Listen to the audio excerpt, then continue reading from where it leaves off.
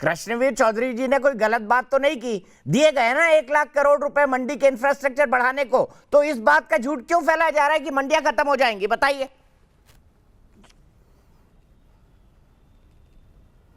देखिए मेरी बात सुनिए।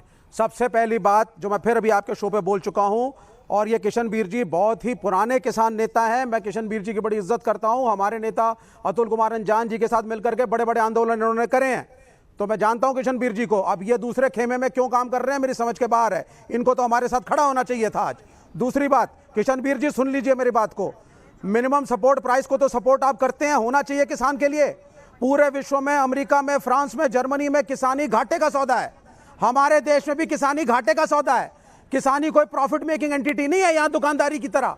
इसलिए हर देश की सरकार, चाहे विदेश हो या यहाँ, उसको अपने किसानों को हर रूप में समर्थन देना होगा।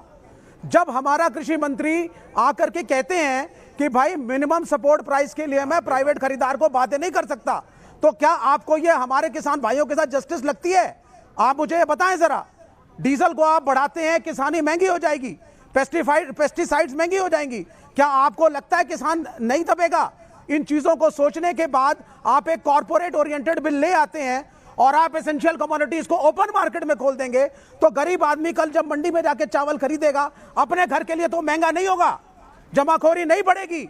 ये बड़े बड़े स्टॉकिस्ट, बड़े बड़े लोग जिनके पास पैसा है, आप खुले में अलाउ कर रहे हैं इनको मार्केट में एंटर करने के लिए। ये गरीब देश है, यहाँ पे एसेंशियल कमोडिटीज के प्राइसेस को सरकार को कंट्रोल करना होगा।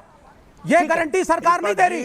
कृष्णवीर जी बताइए, क्या ये कॉर्पोरेट ओरिएंटेड बिल है? क्या ये कॉर्पोरेट ओरिएंटेड बिल है? इससे महंगाई बढ़ जाएगी। सहमत हूं मैं दीपक जी, मैं पूरी तरह सहमत हूं कि किसानों को उनका न्यूनतम समर्थन मूल्य जो है वो उनको मिलने की व्यवस्था होनी चाहिए। ये हमारी बहुत लंबे समय से मांग चली आ रही है। मैंने कभी सच्चाई से मुंह नहीं मोड़ा है, मैं हमेशा सच्चाई का साथ दिया जीवन में।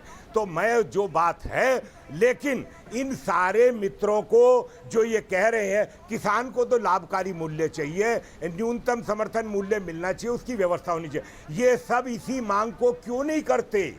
मेरा ये कहना है बार बार कि ये सब एक बात है, एक ही मांग है इस देश के किसान की कि उसको न्यूनतम समर्थन। नहीं, आप हाथ मिलाइए ना, संयुक्त किसान मोर्चे के साथ आप हाथ मिलाइए। आप क्यों अलग थलग बैठे हैं? आप मिलिए अतुल कुमार अंजान से, आप हमारे साथ हाथ मिलाइए, आप करिए संघर्ष और एमएसपी के लिए करिए। आप सर, एक मिनट, आप इतने पुराने वरिष्ठ नेता हैं, हम तो आपकी तरफ इज्जत से देखते हैं, हम तो चाहेंगे आप आए और नेतृत्व में आए। आप जिसने प्रधानमंत्री जी को लिखा, मैंने सबसे पहले प्रधानमंत्री जी को लिखा कि न्यूनतम समर्थन मूल्य की व्यवस्था को रिजर्व प्राइस के तरफ से इस तरह से किया जाए जिससे किसानों को उनका जीवन और उनका परिवार यापन कर सके, उनको उसका मूल्य मिले। ये मैं सबसे पहला आदमी हूं जिसने प्रधानमंत्री जी को ज्ञापन भेजा, इसमें कोई दो राय नहीं है।